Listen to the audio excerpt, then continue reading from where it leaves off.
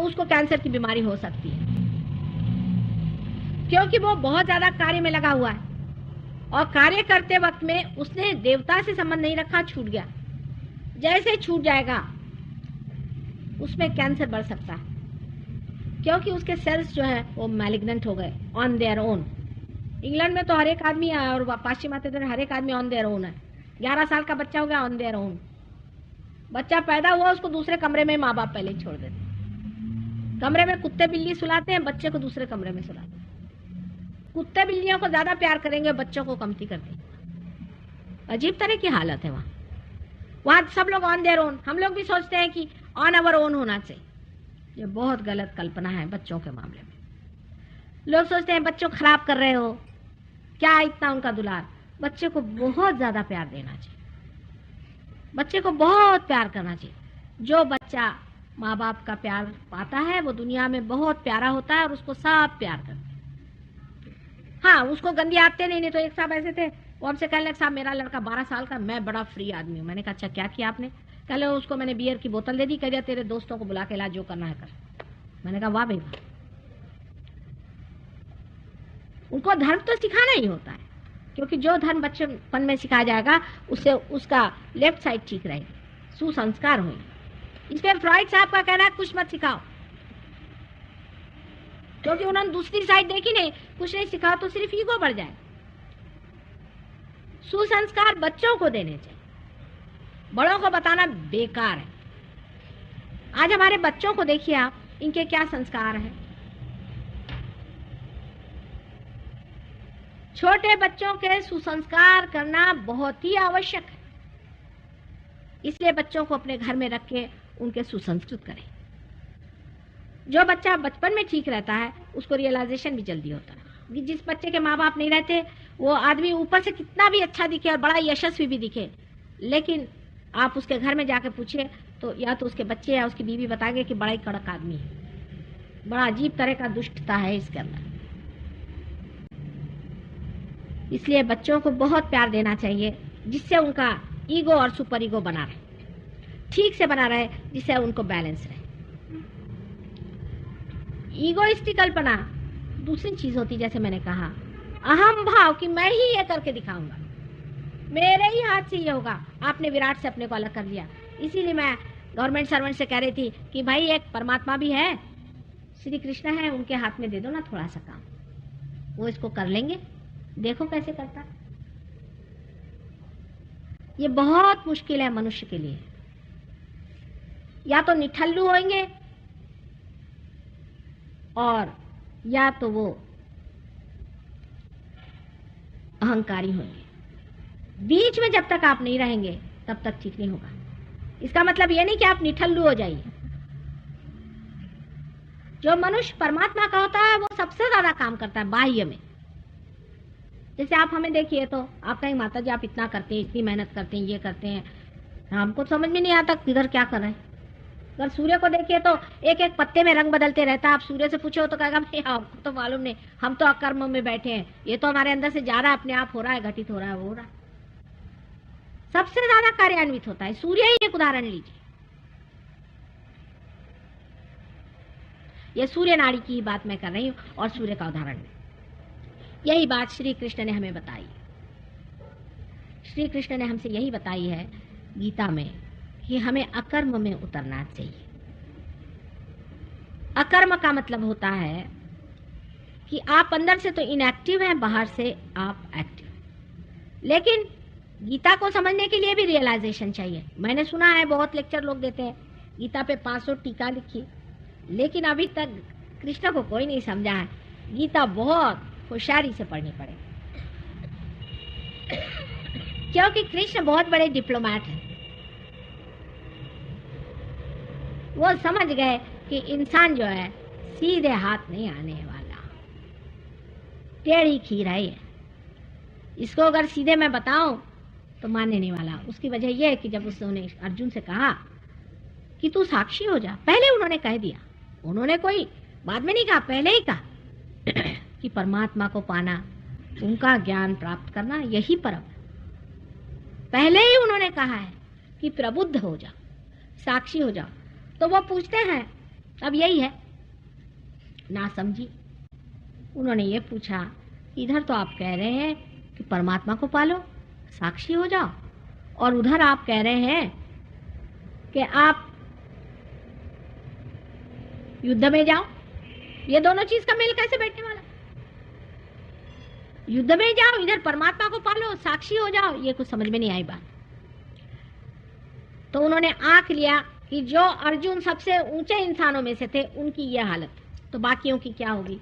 तो फिर उन्होंने गीता कही। अब इसमें बड़ी भारी डिप्लोमेसी है, वो मैं आपको समझाती हूँ। समझ लीजिए एक बेटा बाहर बैठा हुआ है, गाड़ी हाँक रहा है और घोड़ा पीछे में। तो पिता आएंगे बाहर, उनसे कहेंगे बेटे देखो घोड़ा आगे कर लो, नहीं तो गाड़ी नहीं चल सकती। वो कहेगा कि भाई नहीं, मैं तो ऐसे ही चलाऊंगा। ये कैसे आप कह रहे कि घोड़ा भी आगे करो और गाड़ी भी चलाओ, तो ये कैसे होगा? तो पिता ने समझ लिया कि अभी इनकी खोपड़ी ठीक नहीं हुई, तो कह दिया अच्छा ठीक है, तुम इसी को पीटते रहो, लेकिन चित्त अपना घोड़े पे रखना।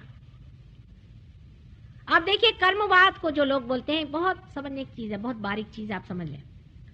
कर्म करते रहो लेकिन फल परमात्मा पे रहो, ये बहुत ही डिप्लोमेटिक बात है। ये एब्सर्ड कंडीशन है। डिप्लोमेसी बेस्ट होती जब आप एब्सर्ड कंडीशन सामने रख दीजिए और आदमी इस चक्कर में आ जाए। हो ही नहीं सकता ये। जब तक आपके अंदर ईगो है तब तक ये हो ही नहीं सकता कि आप कर्म करते रहो, फल परमात्मा पे रहो। हाँ, लोग कहेंगे कि हम ये माता जी हम जो भी कार्य करते हैं परमात्मा पे छोड़ते हैं। झूठ बात है, हो ही नहीं सकता, क्योंकि आपके अंदर में ईगो भी बना हुआ है, सुपर ईगो भी बना हुआ है। आप कहे माता जी मैंने किताब पढ़ी पर मेरे पे असर हुआ, हो ही नहीं सकता। हाँ, 2-4 का नहीं होगा पर 1-2 का तो होगा ही, क्योंकि आपके अंदर सुपर ईगो बना है, ईगो बना हुआ। अब एब्सर्ड कंडीशन डाल दी उन्होंने। अब लोग कह रहे हैं हम सारा कर्म करते हैं परमात्मा पे छोड़े, और लोग कहते हैं इतने ही अहंकारी आदमी कि भगवान बेचारा कहे।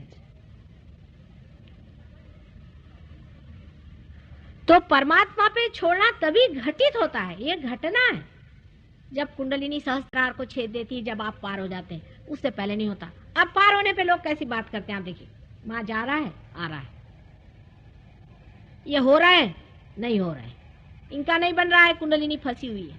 थर्ड पर्सन में बातचीत शुरू हो गई। कोई ये नहीं कहता मैं कर रहा हूं, मैंने इनकी बीमारी ठीक कर दी, इनके चक्र मैं ठीक कर रहा हूं, कोई नहीं कहता।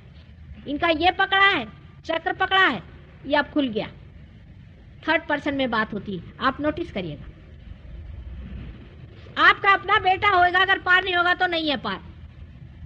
कोई नहीं कहेगा कि ये पार है। अपने यहाँ तो उल्टे उसूल है, अपना अगर बेटा है तो उसको दुनिया भर का दे दो, और दूसरे का बेटा चाहे मरे।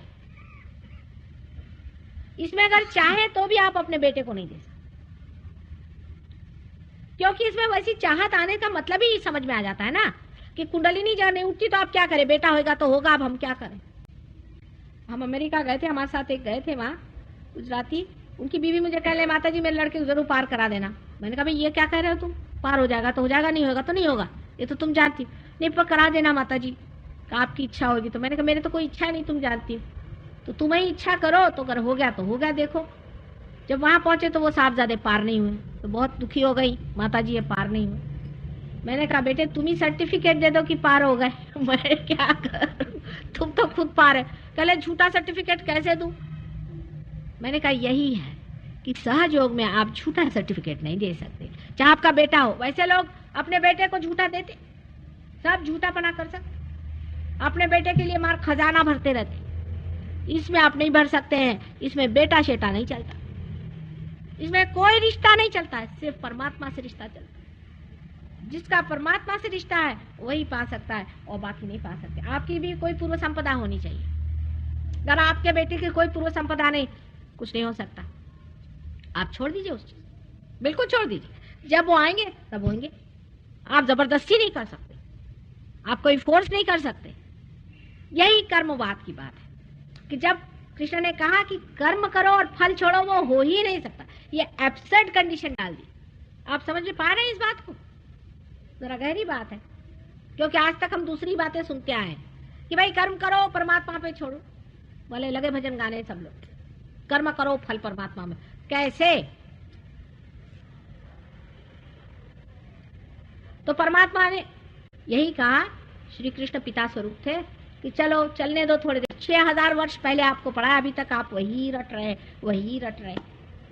लेकिन हम माँ हैं, माँ कहती बहुत हुआ, आप इनको असलियत बता दो कि ये हो नहीं सकता। बेटे सामने ले आओ घोड़ा, ये सब झूठी बातें हैं, छोड़ो इसको, क्या रखा है। क्योंकि मनुष्य झूठ पे पहले चलता है, ये मनुष्य की विशेषता है, सच पे कम चलता है। अभी मैं 2 सींग लगा करके और बैंड बाजा लगा के कुछ प्रोग्राम करूं तो बहुत लोग आ जाएंगे, पर अगर कहा कि यहाँ रुपया पैसा नहीं लेते तो बेकार ही होगा, फिर किसी काम का ही नहीं होगा। पैसा ही नहीं लेते हो माता जी, तो क्या क्या क्या देंगी जब पैसा नहीं लेती? तो उसके पास है क्या? उसके पास कुछ नहीं, तभी पैसा नहीं देती।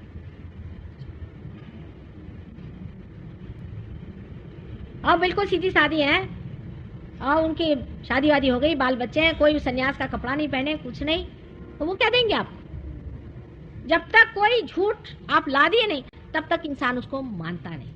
इसीलिए कृष्ण ने कहा कि कर्म का फल परमात्मा पर छोड़ो, वो हो ही नहीं सकता, वो सिर्फ पार होने पे होता है। फिर आप किसी चीज का भी अपने ऊपर ना तो कोई उपकार लेते हैं और ना ही कोई उसका आप हिसाब जोड़ते हैं। अब कोई कहे कि माता जी आपने आज तक कितने लोगों को ठीक कर दिया, मैंने कहा भाई पता नहीं। आज ही एक देवी जी आके मुझसे नाराज हुई कि हमको पता ही नहीं कितने लोग आते हैं, कितने लोग जाते हैं और कितने फॉरेनर्स आए। मैंने कहा आज भी मुझे पता नहीं है। अब क्या इसका हिसाब लिखते बैठी रहूं कि कितने लोगों को प्यार दिया? बताइए, आप लोग प्यार तो समझते हैं ना कि कितने बच्चों को निवाले खिलाए?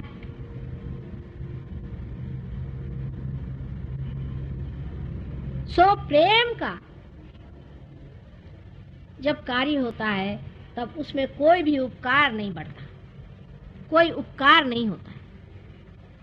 हम प्यार करते हैं इसलिए कार्य कर रहे हैं, जो भी जिसे आप कार्य कहते हैं, हम तो प्यार ही कर रहे हैं, क्या रे वारे कुछ नहीं कर रहे हैं। और हमारा मन कर रहा है प्यार करने को, और आपको अगर कुछ उसमें लगता है कि आपको मिल रहा है तो हमारा ही लाभ है उसमें। जब विराट के आप अंग अंग प्रत्यंग हैं, अगर आप हमारे हाथ उंगलियां ही हैं, तो अगर इस उंगली में चोट आई और हमने इसे रगड़ा तो हमने किस पे उपकार किया? हमने तो अपने ही ऊपर उपकार किया है। इसमें रगड़ रहा है तो इसे ठीक नहीं करा तो जाए कहां?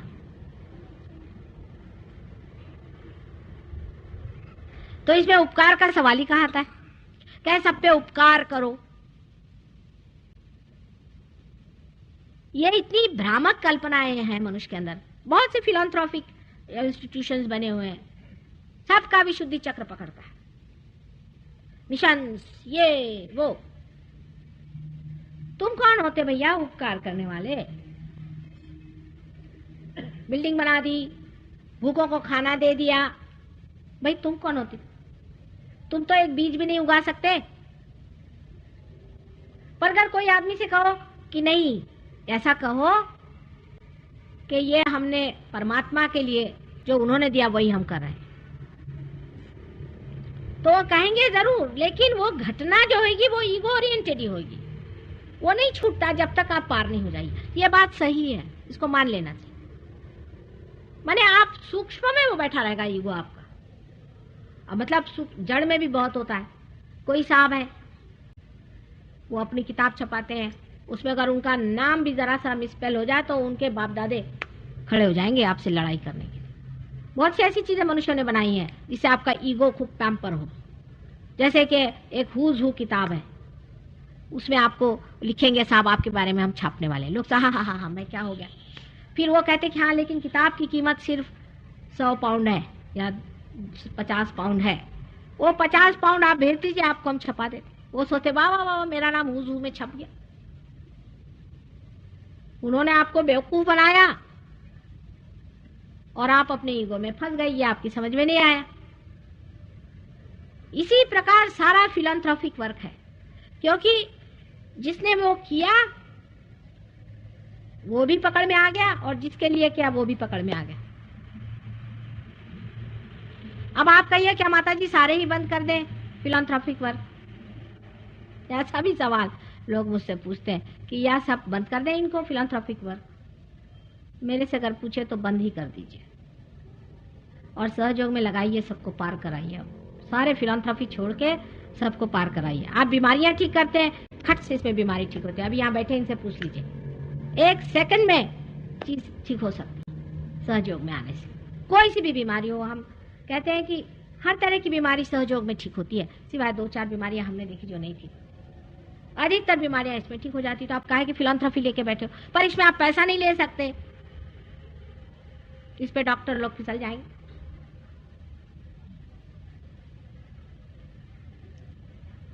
आपको कोई मेंटल प्रॉब्लम है, कोई आपको दिमागी जमा खर्च है, या हो सकता है कि आप वाकई में पागल हो, तो भी आप सहयोग में आइए, आपका पागलपन ठीक होता है।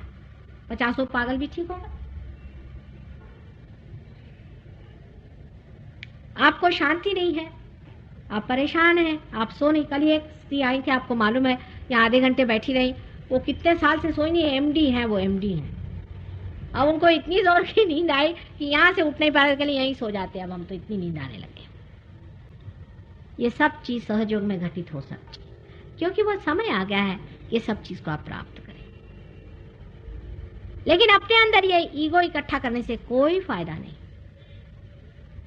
हालांकि वो बाह्य से नहीं दिखाई देगा, कोई कोई लोग ऐसे बड़े ही नम्र होते हैं बाह्य से देखिए तो, लेकिन अंदर उसका सटल जो असर होता है कि उनकी कुंडलिनी जो है वो बार बार खिंचती है, ऊपर चढ़ाते फिर खिंचाती, ऊपर चढ़ाते फिर खिंचाती, और उसका प्रवाह जोर से नहीं चलता है। और जब आप अच्छे से पार हो जाएं, हमारे ऐसे लोग हैं आप जानते हैं, इन्होंने हजार लोगों को ठीक किया, हजार लोगों को, एक आदमी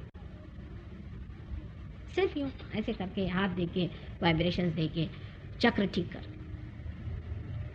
तभी जो कृष्ण ने कहा था कि कर्म का फल परमात्मा में छोड़ो, नहीं तो और कहां छोड़ो। हालत ही ये हो जाती है। और किस पे छोड़ेगा आप, क्योंकि हम तो कर ही नहीं रहे, हमारे अंदर से बह रहा है। आप लोग भी क्या कहते हैं, हमारे अंदर आ रहा है। आप ये तो नहीं कहते कि माँ हमारे हम अपने अंदर ला रहे हैं।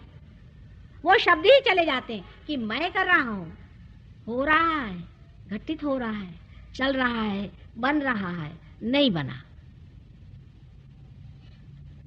भक्ति में भी बहुत कृष्ण की कमाल है, इसको समझना से खुश हो रहे हैं। हालांकि हम बता रहे हैं आपसे, सबकी विशुद्धि चक्र खोल रहे हैं। दूसरी उन्होंने कमाल की, उन्होंने कहा पुष्पम फलम तोयम, जो भी कुछ है हमें आप दे दीजिए। ठीक है, लेने के वक्त तो ठीक, देने के वक्त क्या बोलते, बहुत एक शब्द पे रचा के रखा है सब। वो शब्द आप लोग नहीं पकड़ पाए, अनन्य भक्ति करो। अनन्य, जब दूसरा कोई नहीं होता, जब तुम ही तुम हो जाते हो, माने रियलाइज होते हो, तब भक्ति करो। अब इस शब्द पे पकड़ा, लोग कहते हैं हम अनन्य भक्ति कर रहे हैं। अरे भाई ये अनन्य भक्ति कैसे, फिर रो क्यों रहे हो? कबीर थे अनन्य भक्ति वाले, जो ये घिघिया के रोते हैं भगवान कब मिलोगे। जो सेपरेशन के कवि हैं वो क्या अनन्य भक्ति करेंगे? मुझे तो बड़ी घबराहट हो जाती है बाबा इन लोगों से। इतने रोते हैं कि मानो जैसे आंख निकाल के उसे धो के निकाल के फेंक दी। इतने घिघियाने की क्या जरूरत है? उनका अनन्य भक्ति करो। जब अनन्य में उतरो तब भक्ति करो, तो फिर कबीर की वाणी होगी, नानक की वाणी होगी।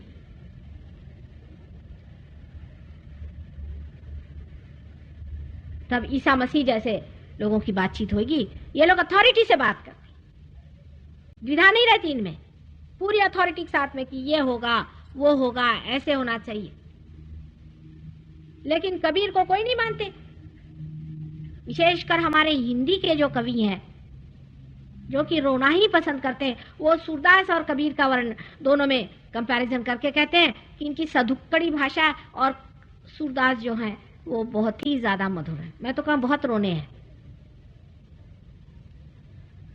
उन्होंने ही खुद लिखा है सुरसागर लिखने के बाद, सूरदास की सभी अविद्या दूर करो नंदलाल। उन्होंने कन्फेशन दे दिया कि अभी अविद्या में बैठे हैं। लेकिन हम क्योंकि विरह में हैं, हमें विरह वाले कविता अच्छी लगती। जब आप विरह से उठ जाते तो आपको विरह वाले लोग बिल्कुल नहीं अच्छे लगते। लगता है ये क्या रो रहे हैं बाबा सुबह से शाम तक। जैसे कोई शादीशुदा अभी नई शादी हो गई हो और उनको कोई पड़ोस में मर जाए तो कैसा बुरा लगता है, कहां से मनुष्यत आ गई, वैसा ही लगता है। फिर आदमी को मजा आता है ज़ेन पढ़ने में। खलील जिब्रान को पढ़िए आप, पार होने के बाद खलील जिब्रान को पढ़िए, सारा सहयोग है खलील जिब्रान। ज़ेन पढ़िए, ज़ेन तो पूरा ही सहयोग है। फिर आपकी रुचियां बदल जाती है साहब, आपकी प्रायोरिटीज बदल जाती है, आप एक दूसरे तरह से दुनिया को देखने लगते हैं। पहले आप मांगते हैं, फिर आप देते हैं। अभी आप मांग रहे हैं, फिर इधर आके बैठ के दीजिए। ये जब घटना घटित होती है तभी आप साक्षी हो जाते हैं, जिसे श्री कृष्ण ने कहा हुआ है कि आपको साक्षी हो जाना चाहिए। श्री कृष्ण को संपूर्ण अवतार इसलिए मानते हैं कि उनके लिए सारी सृष्टि एक लीला मात्र थी। रामचंद्र जी ने भी सारा नाटक ही खेला था, पर वो इतना बढ़िया नाटक खेला कि ऐसा प्रतीत होता है कि वो साक्षी नहीं थे, इसलिए उनको मर्यादा पुरुषोत्तम ही कहा गया। लेकिन ये नाटक है पूरी तरह से श्री कृष्ण ने सिद्ध कर दिया, इसलिए श्री कृष्ण को पूर्ण अवतार मानते हैं कि वो पूर्ण अवतार है, उनके लिए सारी कुछ लीला ही है। सहयोग के बाद आप भी साक्षी स्वरूप हो जाते हैं। अब देखते हैं वाह अच्छा नाटक चल रहा है साहब,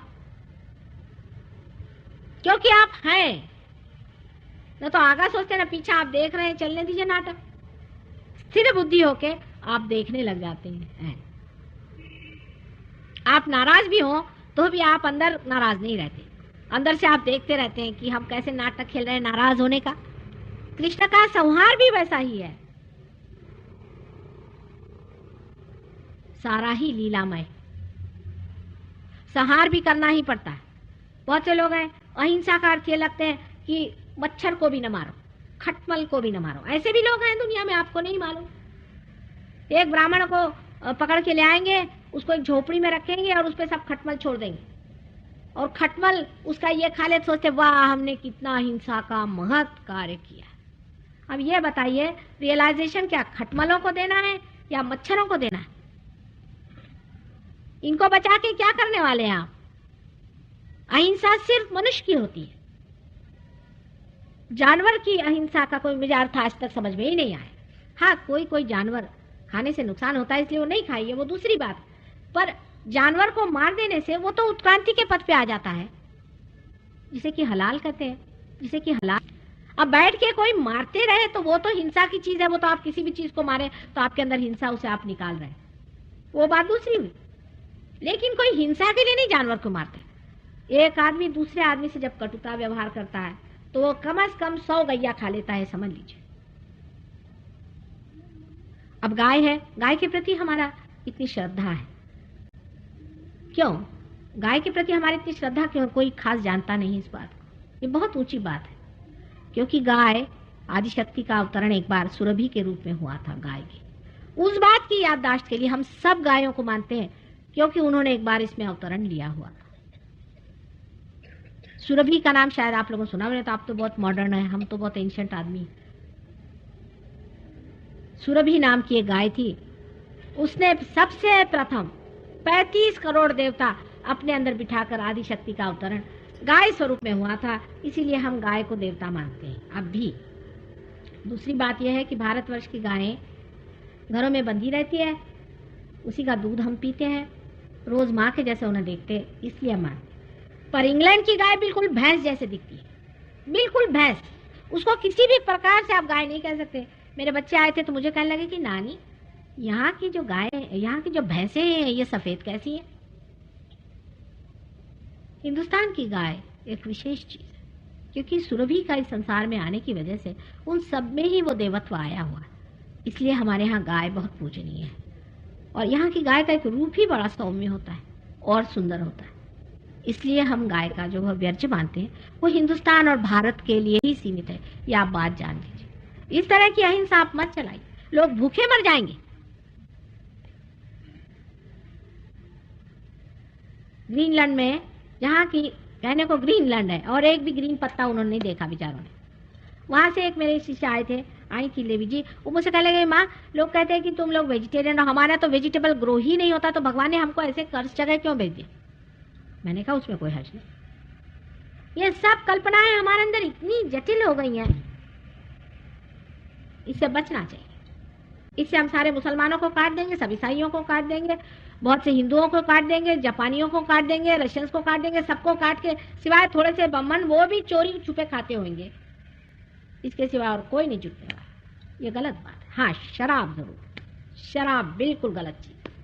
जैन लोग हैं, मच्छर को नहीं मारेंगे और शराब पीते हैं। शराब जरूर चीज है। और आजकल तो एक, आप जानते हैं, पूना में एक दुष्ट राक्षस जैसे बैठे हुए हैं, जिनके पास बहुत से अंग्रेज लोग जाते हैं।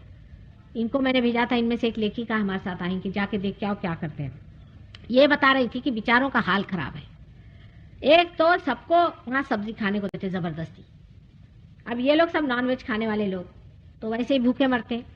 उसमें वो कहते हैं कि नमक नहीं डालो और फिर उबली हुई खाना दो, तो कहने लगे कि सब ऐसे दुबले पतले हो गए, हालत खराब, लत्तड़ पत्तड़। और 9-9 घंटा हर एक से वो काम लेता आदमी। एक आदमी वो सब्जी ही काटते रहता, उसका हाथ तक छिल गया 9 घंटे। अब जब वो आदमी बिल्कुल ही कृश हो गया और उसकी बिल्कुल ही दशा खराब हो गई, तब उस पर भूत मार दो, खत्म। वो अपने गले में माला डाले, वस्त्र पहने, घुमा करता है और उसका सारा पैसा खींच। बड़ी बड़ी औरतों को बेवकूफ बनाया, ये करके ऐसा लस्तम पस्तम बनाया, और ये बड़े बड़े लोग करते हैं। मैं आपको सबकी पोल पट्टियां बताऊंगी एक दिन, उस पर भी एक दिन लेक्चर करना चाहिए। ये लोग जो अपने को बड़े भारी धर्मात्मा समझते हैं, अब लामा लोग आप सोचते हैं बड़े धर्मात्मा, मुझे आज तक एक नहीं मिला। धर्मात्मा पना जो है ये अंदर की चीज होती है। इसमें इस तरह से लोग कठोरता करते हैं, इतनी कठोरता करते हैं कि मनुष्य के साथ इतनी कठोरता और जानवर के साथ इतना ज्यादा प्रेम। एक मनुष्य जो है हजारों योनियों में से गुजर के मनुष्य बनता है, उसके अंदर इतने चक्र बनते हैं, उसके पांव के धूल के बराबर भी हजारों जानवर नहीं होते। इतनी बड़ी ये चीज है। उसको तो आप दुख देने में, तकलीफ देने में, उसके साथ में परेशानी करने में जरा सा भी आपको समय नहीं लगता है। और मच्छरों की आपको फिक्र है और खटमलों की आपको फिक्र है। मुंह पर पट्टियां बांध के लोग घूमते हैं, बेवकूफ कहेंगे। अपनी जिंदगी बर्बाद, दूसरों की जिंदगी बर्बाद, ये करने की क्या जरूरत है। हाँ, लेकिन अगर कोई आपको चीज खाना पसंद नहीं है, आप उसको नहीं पसंद करते, नहीं खाइए। आपको जो चीज पसंद है वो खाइए, जो आपको सूट करता है प्रकृति को वो खाइए, वो दूसरी बात है।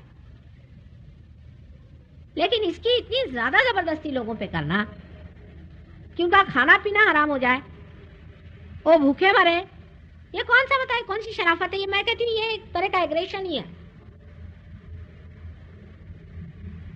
हाँ, आपको पसंद नहीं है, आप नहीं खाइए, वो दूसरी बात होती। लेकिन जबरदस्ती आप किसी के पीछे पड़े रहे,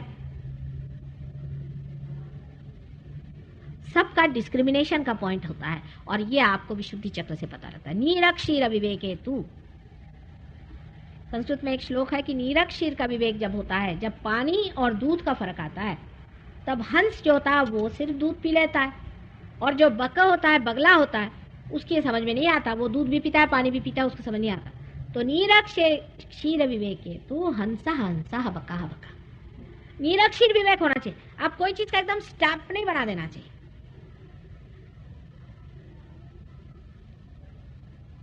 बुद्धि से आप समझ सकते हैं, थोड़ा नीरक्षीर करें। और सबसे बड़ी चीज है दया। आपस में मनुष्य में दया होनी चाहिए। दयालुता मनुष्य पे पहले करिए ना। और दया करने में भी लोग उपकार समझते हैं। अगर कोई मोटर में एक बार लिफ्ट दे दे तो सोचता है मेरा गुलाम हो जाए।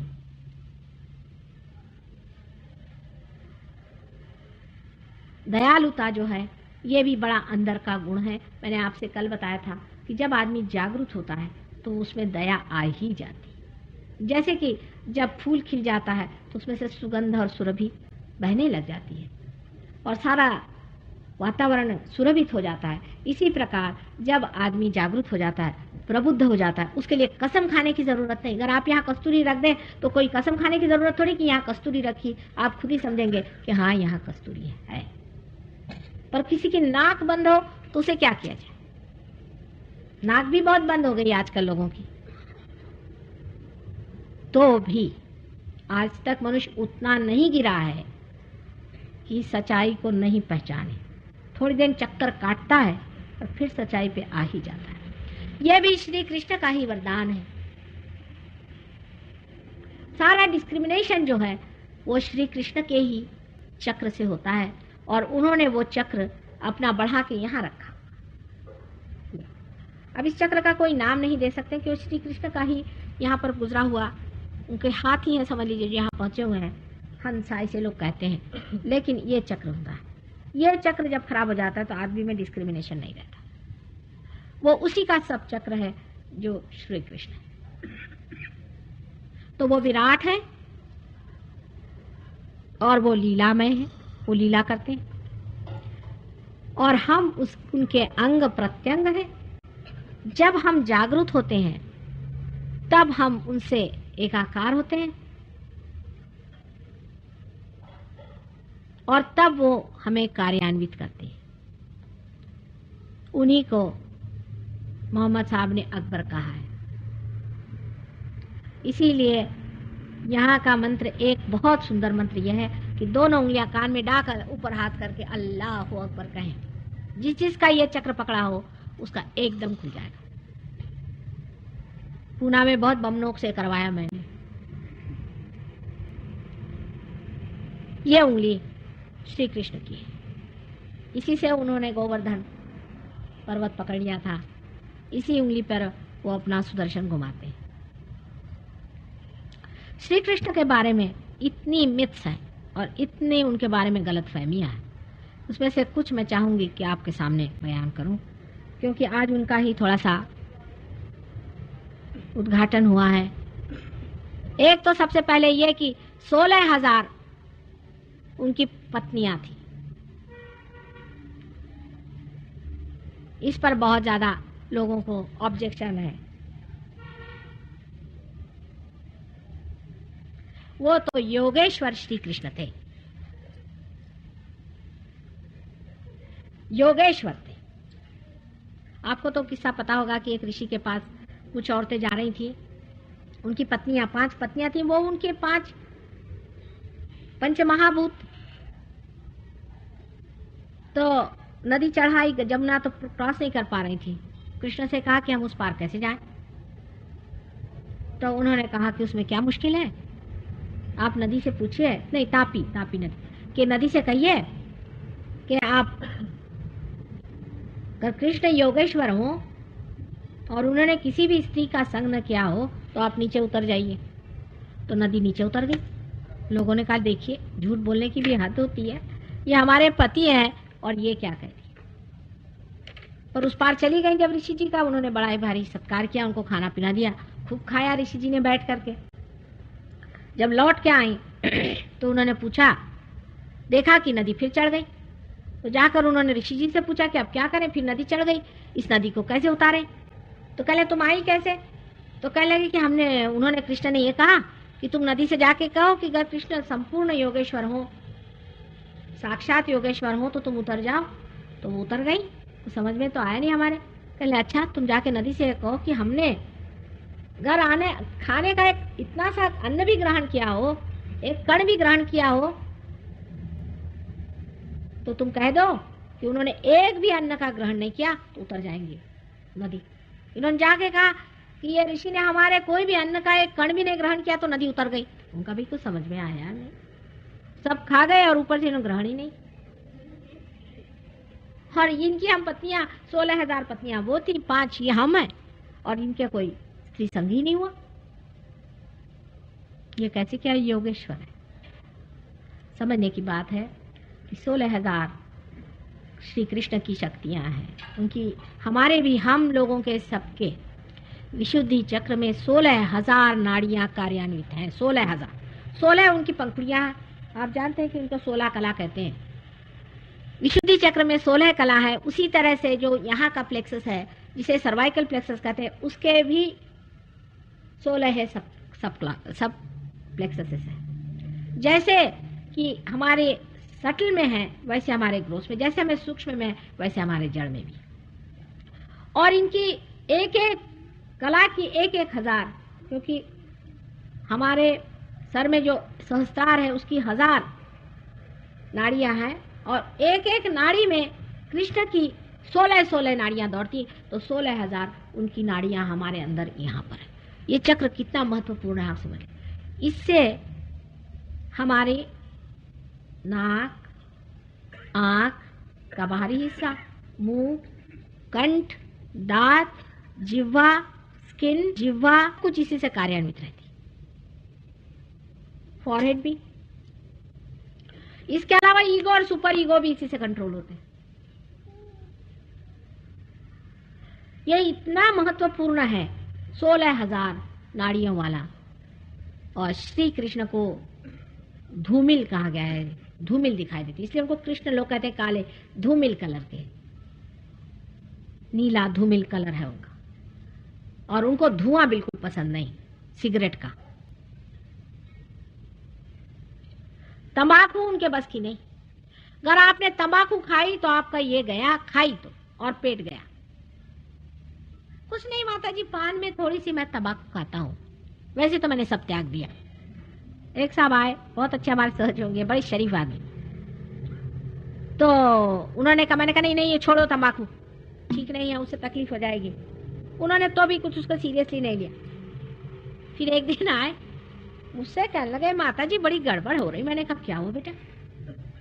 कहने लगे कि जब मैं ध्यान में बैठता हूँ ना, तो मुझे ऐसा लगता है कि हनुमान जी का मुंह मेरे अंदर बना जा रहा है, इतना बड़ा बड़ा बड़ा बड़ा बड़ा बड़ा, और फिर छोटा हो जाता है। फिर मैं ध्यान में बैठता हूँ तो ऐसा लगता है कि मुंह ऐसा होते जा रहा है। फिर कल मैं ध्यान में बैठता हूँ तो मेरा मुंह ऐसा ऐसा टेढ़ा टेढ़ा होता है। मैंने कहा तुम झूठ बोलते हो ना, तुम तंबाकू खाते हो कि नहीं? तो कहने मैं खाता हूँ। मैंने कहा कान पकड़ो आज, अगर तुमने फिर से तंबाकू खाई है तो फिर से तुम हनुमान जी बन जाओगे, तुम्हारा मुंह बिल्कुल हनुमान जी जैसे हो जाएगा।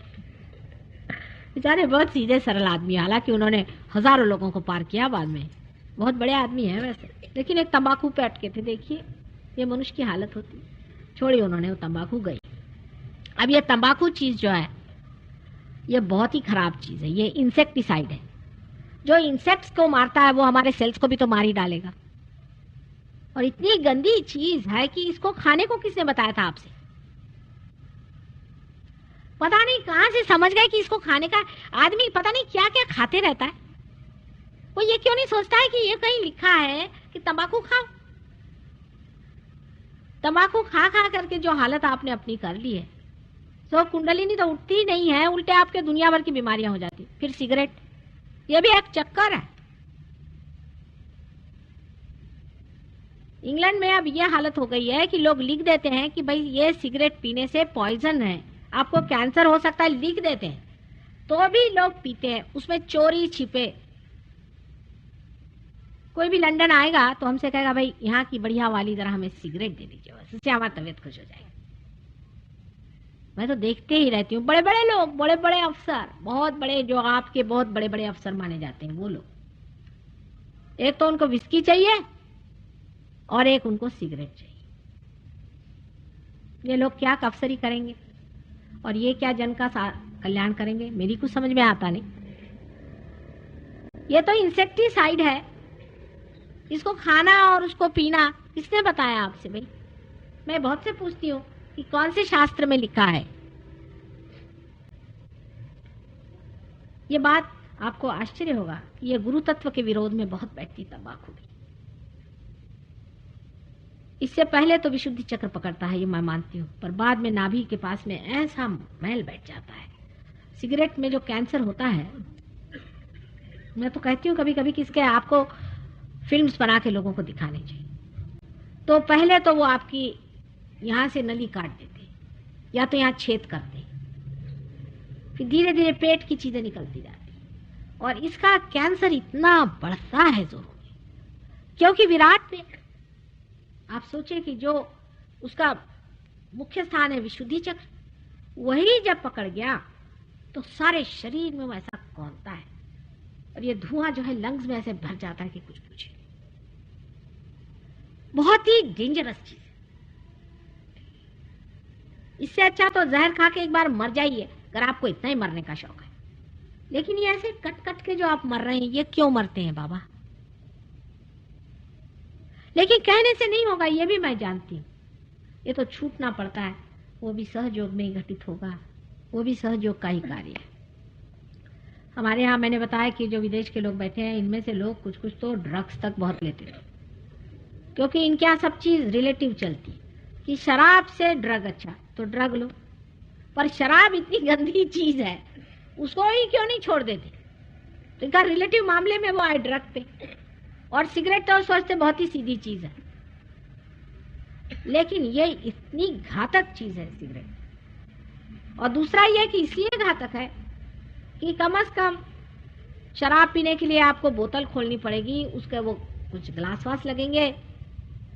लंदन में तो आपको उसका स्पेशल ग्लास, वो भी एक उन लोगों ने बनाया हुआ ट्रिक कि आपको ब्रांडी पीना है तो ऐसा पियो, वो पीना है तो ये पियो, जिससे उनके क्रिस्टल बेचे जाए यहाँ पे, हर एक का अलग अलग।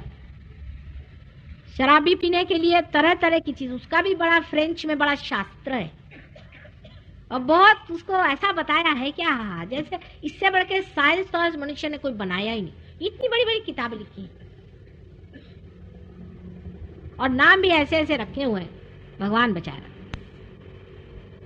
और फिर उसके एक तरीके से पूछना और बातचीत करना, साहब आप क्या पीजिएगा, और ऐसे नखरे से समझ में नहीं आता मेरे जैसे इंसान। लंदन में एक प्रथा है हाथ मिलाने की, वो ठीक है, मैं तो उसमें जागृति देती हूँ। जाते वक्त तो ठीक रहते हैं, जब रिसेप्शन में खड़े रहिए 500 आदमी हाथ के मेरी तो जड़ें तोड़ डालते हैं, वो तब तो ठीक है, पर जब पी के आते हैं तो भगवान है बचा रखे। आप किसी से भी वहां बात पियाए बगैर कर ही नहीं सकते, क्या तमाशा है। और ये सिगरेट, अगर आपको किसी से बात करें तो आप सिगरेट ऑफर करें, नहीं तो आप बात नहीं, देयर इज नो कम्युनिकेशन। जब तक आप जहर किसी को नहीं दीजिए, मनुष्य का मनुष्य कम्युनिकेट होता नहीं। क्या अकल है साहब इंसान की, मेरे जैसे इंसान को नहीं समझ में आती है अकल।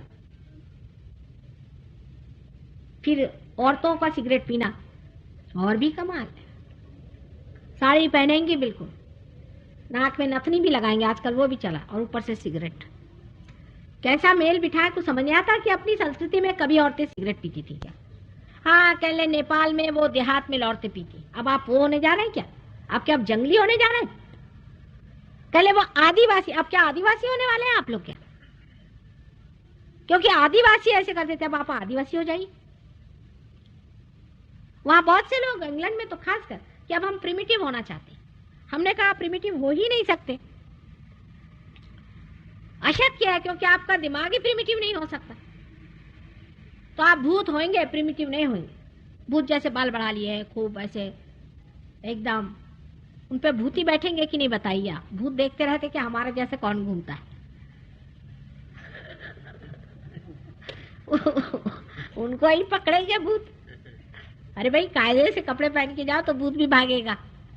आप अगर शराबी होंगे तो आपके ऊपर एक शराबी आके बैठ जाएगा, और आप इतनी शराब पिएंगे कि आपको पता नहीं। आप अगर स्मोकिंग करते हो तो सिगार पीने वाला आ जाएगा, हाँ आपको पता नहीं, ये भी होता है। अब जब सिगार पीने वाला, आपको अगर सिगार नहीं मिली तो आप खत्म, कुछ मजा ही नहीं आने वाला जिंदगी का। सारी जिंदगी आप रोते रहेंगे कि हमें सिगार ही नहीं मिली, सिगार पे आपकी सारी जिंदगी है। और कितनी डेंजरस चीज है, इसको आप समझ लें कि शराब पहले अंग्रेज इतना सा पीता था, तीसरे जनरेशन में सब लोग पब में मरेंगे।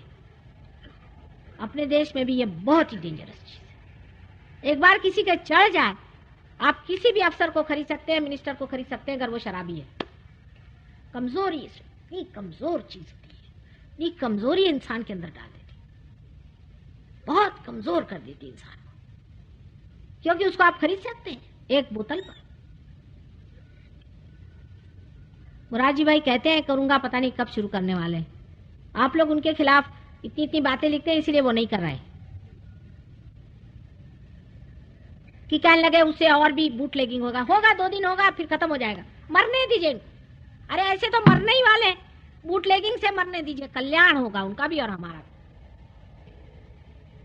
और एक्सप्लेनेशंस और लोग देते हैं किससे बढ़ेगा, कभी नहीं बढ़ने वाला। 1 जनरेशन में नहीं, 2 जनरेशन में, 3 जनरेशन में बिल्कुल लोग शराब छोड़ देंगे। शुरू तो करके देखिए, हमसे तो अच्छे पाकिस्तानी हैं जो डंडे लगाते हैं। औरतों की दुर्दशा हो जाती है, घर की दुर्दशा हो जाती है। हमारे पति एक ऑफिस चलाते थे, उसमें उन्होंने पता नहीं वो बहुत सोशलिस्टिक हो गए तो उन्होंने ड्राइवरों की तनख्वाह 1000 रुपए कर दी। उनकी बीबियां आई हमारे पास में 4-5 महीने में, कहेंगे क्या साहब ने कर दिया, आफत कर दी। मैंने कहा क्यों? पहली चीज शराब, दूसरी चीज औरतें, और तीसरी चीज ये हो कि अब घर पे आते ही नहीं, गुत्ते ही पे पड़े रहते, मोटरे इनकी दबादब टूटने लगे दफ्तर की, और उनके बच्चों को खाने को नहीं, बोतल घर में आई और बच्चे भूखे मरे।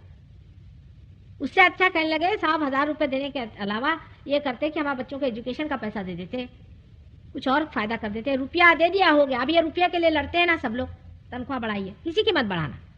शराब पियेंगे और कुछ नहीं करेंगे, मैं आपसे बता, इनको और कुछ दीजिए, इनको घर दीजिए, कपड़ा दीजिए, पैसा भी तो उठाना आना चाहिए। किसी नौकर को आप ज्यादा पैसा दे दीजिए, बड़े आप दया धर्म करके उनके ऊपर उपकार करें। आप देखिए ना, आपके छक्के पंजे छोड़ा दे जो कहिए। लक्ष्मी को भी तो स्वीकार्य करने में एक डिग्निटी होनी चाहिए, कोई प्रतिष्ठा बढ़नी चाहिए। रुपया पैसे से आप कभी नहीं इंप्रूवमेंट कर सकते। उनको खाने को दीजिए, ठीक है, लेकिन उनको भिखारी मत बनाइए। भिखारी को आपने चवन नहीं दी, वो सिनेमा का टिकट लेके बैठ गया, देख लीजिए। इसलिए पैसे का भी संतुलन समझना चाहिए कि जिस पैसे से इस तरह की गंदी चीजें खरीदी जाती हैं, उसके वितरण से या उसके वृद्धि से कोई देश समृद्ध नहीं होगा। समृद्ध तो मनुष्य से होता है। अभी हमारी जो एक कल्पना है कि अगर हम अपने देश को ऐसे डेवलप कर लें, आपके पास सिवाय प्लास्टिक के और कुछ नहीं आ सकता। उनके पास है क्या? पत्थर। समृद्ध मनुष्य को होना चाहिए। आदमी एक एक बादशाह होना चाहिए, खुद बादशाहत होनी चाहिए। जैसे कृष्ण थे कि गोपों में और जंगलों में गैया चराते और राजा थे, सोते थे जमीन पर और बादशाह थे। ऐसी बादशाहत होनी चाहिए तबीयत की, ना कि प्लास्टिक की चीजों की। जो आदमी चीजों के पीछे में भागता है और हीरे जवाहरातों के पीछे में दौड़ता है और दूसरों को नोचता खसोटता है, इससे बढ़ के भिखारी और दरिद्री कौन हो सकता?